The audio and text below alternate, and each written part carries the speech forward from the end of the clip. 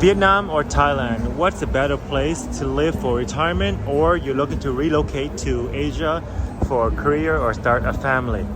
So first off, I have to disclose that I speak Vietnamese quite well, so that's a clear choice for me.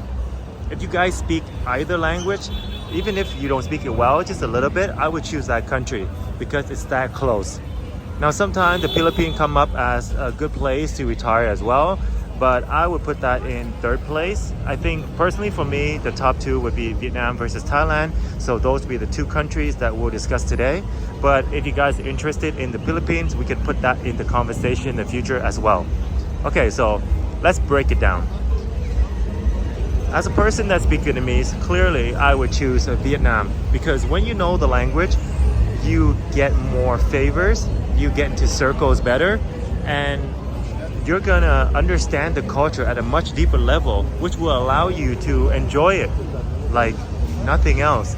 So don't debate if you can even speak a little bit of one of those two languages. Now, if I was a foreigner that does not speak neither Thai or Vietnamese, then a slight advantage would go to Thailand. And when I say slight, I mean 55 versus 45. Thailand at 55%. Why? First of all, this is a place that's built for tourism. So you have so many tourists here, and people have various services and products. Basically, everything is geared toward tourism. It will allow you to be more comfortable to live in Thailand. And because there's so many tourists here, people speak English quite well. And you won't have trouble getting around or using their services, order food at restaurants. Just day to day, it's going to be a little easier because a lot of people here can speak English. Also note that there's a lot of foreigners here, so when they come here, they already know how to speak English.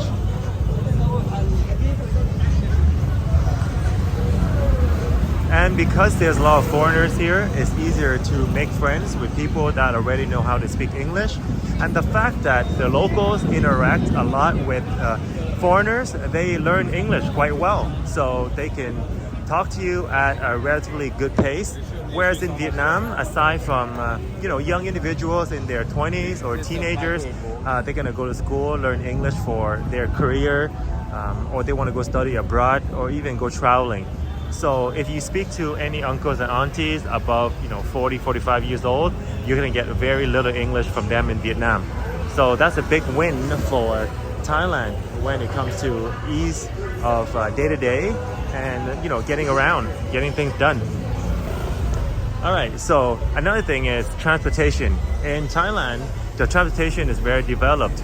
So you get around with SkyTrain, you can go with tuk-tuk. Of course, in Vietnam, they have scooters like Grab and taxi as well. But Vietnam don't have some of the things that Thailand has. So it's very easy to get around when you come to Thailand.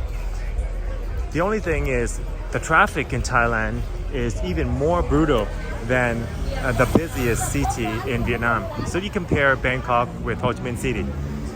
If you've been to Ho Chi Minh City, you're gonna think that the traffic is just completely crazy and chaotic. But I would have to say that in Bangkok, it's even crazier. And the reason is people here drive at such a fast pace. They're just basically zooming down the road without a helmet. And their motorcycle is bigger, stronger, faster. In Vietnam, the rules are very strict. So for that reason, a lot of people are very careful with speed and also wearing the helmet because there are, cops every kilometer or so. You can pull you over if you don't wear your helmet. So for that reason, people are a lot more on edge. They're more aware and they drive slower. So in terms of traffic and in terms of safety on the road, Vietnam would win that point.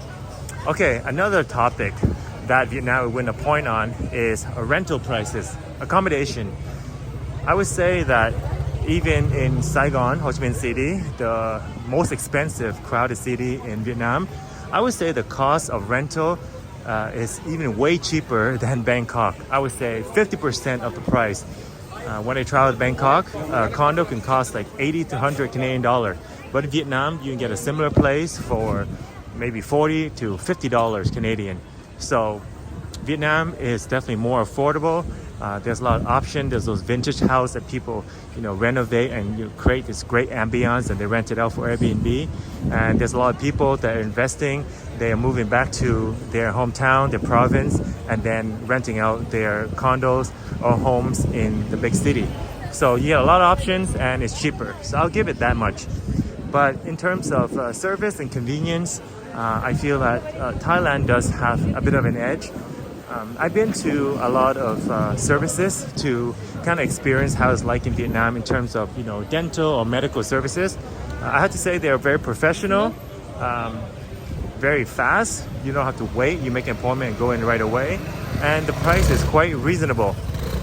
So in terms of those services, I haven't experienced it that much in Thailand. So for those of you guys who have, comment below if you have experience going to the dentist or getting your blood works or doing anything with medical related stuff.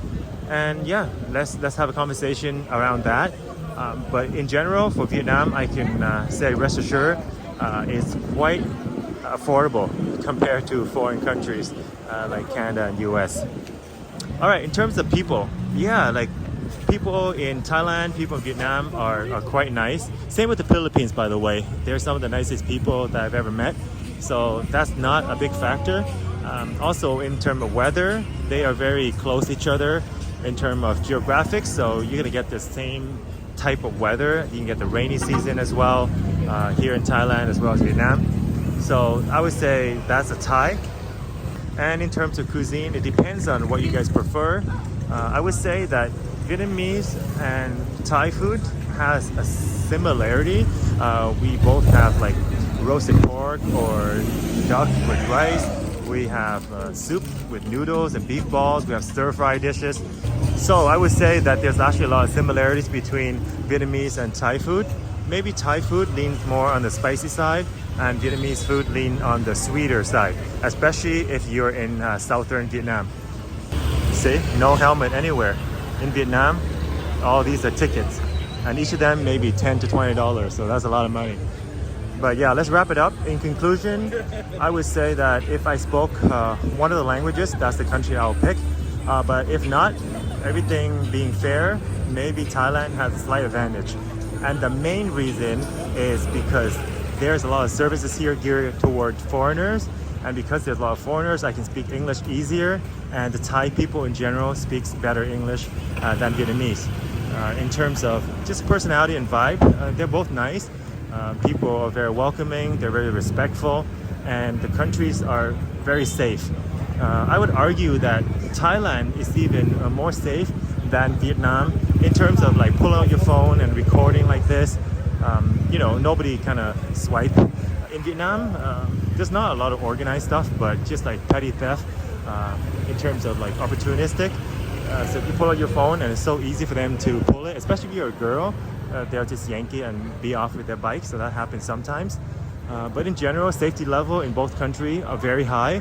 When I walk around, despite it's early morning or late night, even if there's not that many people around, I feel extremely safe. And of course, there are bad characters everywhere. Like I said, in every country there are good and bad people, but that probability and percentage of running into someone who has bad intention is going to be quite low. Alright guys, so comment below, where would you live? Thailand or Vietnam or Philippines or another country? Let's get a discussion going. That's my opinion. If you agree or disagree with any point, comment below and let's talk about it. Alright, so after a long chat, we go to 7-Eleven and grab a drink. And that will end the video. Make sure to subscribe and I'll see you guys on the next one.